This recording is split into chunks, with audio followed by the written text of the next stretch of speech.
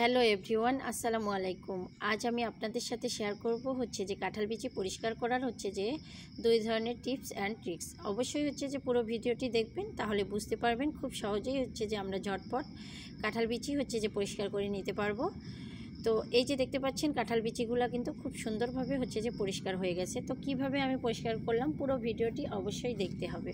প্রথমেই যে আমি এখানে কতগুলো কাঁঠাল বিচি নিয়েছি। তো কাঁঠাল বিচিগুলোর আমি সাদা খোসাটা ছিলে নিয়েছি এবং লাল অংশটা আমি কিভাবে তুলবো সেটাই যে আপনাদের সাথে শেয়ার করছি। এখানে যে আমি গরম পানি অ্যাড করে দিলাম। গরম পানি দিয়ে যে আমি এটা রেস্টে রেখে দিব 10 থেকে 15 মিনিটের জন্য। এবার যে আমি আপনাদের সাথে আরও একটা টিপস শেয়ার করতেছি। তো সেটা যে আমি সাদা অংশটা কিভাবে তুলবো এবং খুব সহজেই কিভাবে অনেকগুলো কাঁঠাল বিচি কাটবো। এখানে দেখতে পাচ্ছেন এই জিনিসটা মূলত সুপারি কাটার কাজে ব্যবহার করা হয়। তো এটা দিয়ে আমি আজকে আপনাদের বিচিগুলো কেটে দেখাচ্ছি এবং খুব সহজেই যে কিভাবে খোসাগুলো ছিলবো সেটাই যে দেখাবো। সুপারি কাটার এই জিনিসটাকে আমরা সোত্তা বলি। কোন জায়গায় এটাকে কি বলে অবশ্যই কিন্তু কমেন্ট করে জানাবেন। তো এই সোত্তা দিয়ে যে আমরা যদি কাঁঠাল বিচিগুলো কাটি তাহলে কিন্তু হাতের মধ্যে কোনো প্রকার আমাদের আঠা ভরবে না এবং খুব সহজেই এই যে আমি তুলতেছি, স্ক্রিনে একটু লক্ষ্য করলেই বুঝতে পারবেন। আমি বিচিগুলোকে ঠিক 4 ভাগ করে কেটে নিয়েছি এবং সামনে থেকে যে উপর থেকে সাদা খোসাটাকে একটু টান দিলেই কিন্তু খুব সহজেই উঠে আসতেছে। আর এভাবে কিন্তু আমরা অনেকগুলো কাঁঠাল বিচি খুব সহজেই কেটে নিতে পারি। তো এই টিপসটা অবশ্যই যে আপনাদের এই দুটো টিপস কাজে লাগবে আশা করি। আর আমার ভিডিওটি যদি আপনাদের ভালো লাগে তাহলে অবশ্যই যে একটা শেয়ার করে দিবেন এবং একটা লাইক করে দিবেন।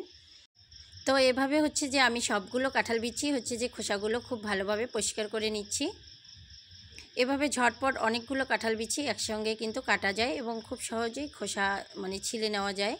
দেখতেই পেলেন আমি কিন্তু খুব সহজেই কাঁঠাল বিচিগুলোর সাদা অংশটা তুলে ফেললাম। এবার যে চলে আসলাম 10 মিনিট পর।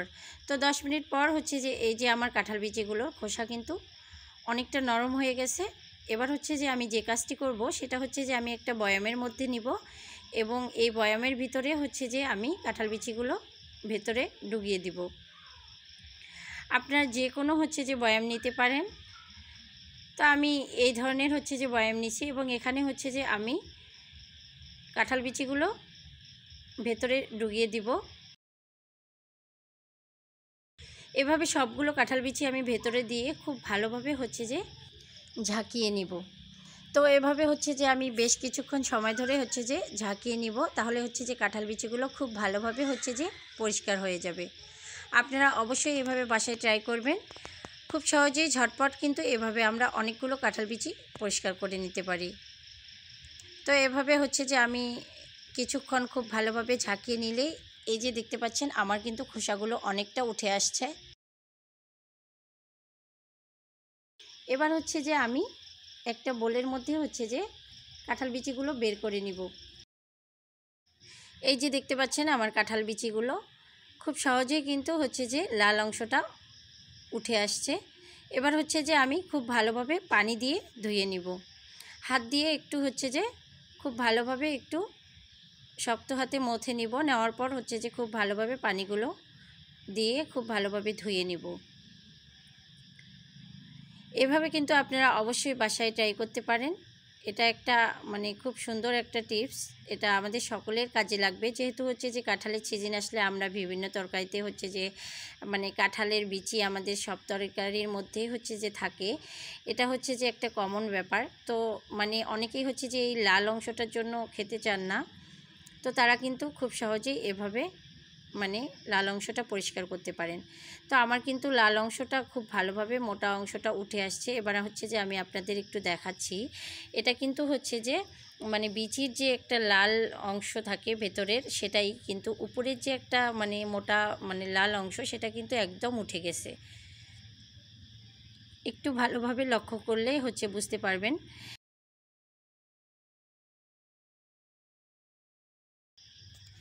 তো এবার যে আমি খুব ভালোভাবে যে কয়েকবার পানি দিয়ে ধুয়ে পরিষ্কার করে নিলাম।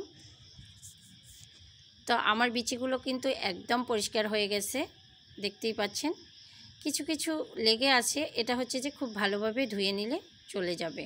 যারা ফেসবুক থেকে আমার এই ভিডিওটি দেখছেন অবশ্যই হচ্ছে যে আমার পেজটিকে ফলো করে দিবেন। যারা ইউটিউব থেকে আমার এই ভিডিওটি দেখছেন আমার চ্যানেলটিকে সাবস্ক্রাইব করে দিবেন।